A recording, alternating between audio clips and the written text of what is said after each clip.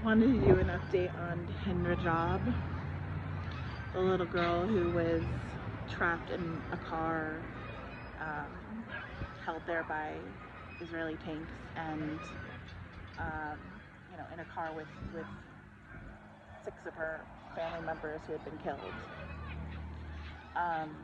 The update is that she and the 2 paramedics who went to rescue her are all dead. They found the ambulance, just completely exploded. And when the ambulance arrived and they were on the phone with the Red Crescent saying,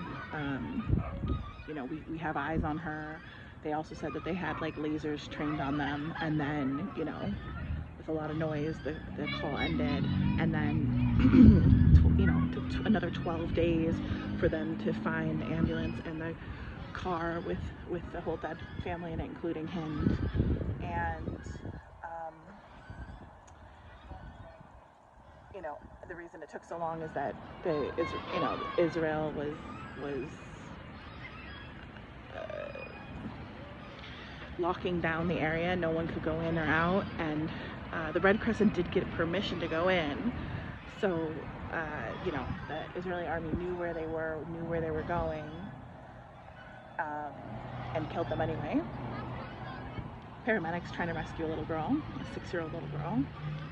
Not much different than around my daughter's age. It's like, it just is absolutely like heartbreaking. And she's not the only little girl who has died horrifically, but she's a little girl who could have been rescued.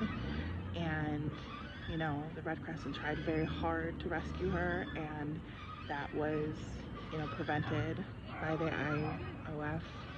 And not only was she killed, but her would-be rescuers were also killed. And and then when the Israeli tanks started to withdraw, the family was able to get into the area, and they were the ones who discovered the car. And because her mother wasn't in the car, she was in the car with her cousins and uncle and aunt.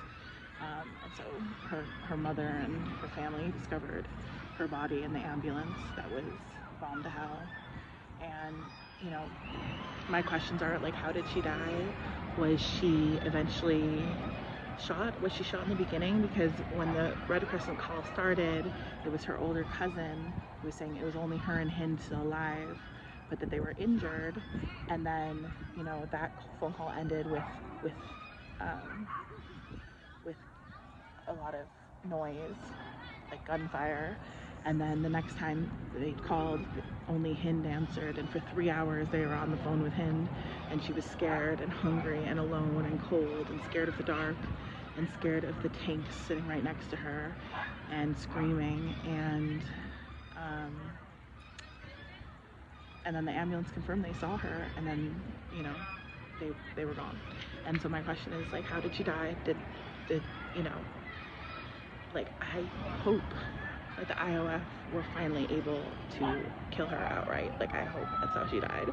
But I'm afraid how she died is that she sat in that vehicle for days with her dead family until she either bled out or starved or dehydrated, or as so many kids and families and parents and men and women have done under the rubble. And we don't talk much about, we talk a lot about the violent deaths that we see horrible evidence of, but we don't talk a lot about those slow, excruciating deaths of people who are trapped but still alive, like this little girl. So Hind Rajab, don't forget her name. And I don't think we'll ever probably get the details of how she died, because it's not like the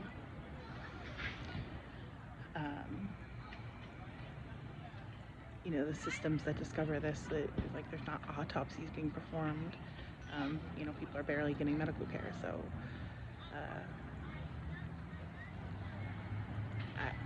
how we justify this? You can't justify this. You can't justify giving money and weapons to people who are doing these things. You can't justify it.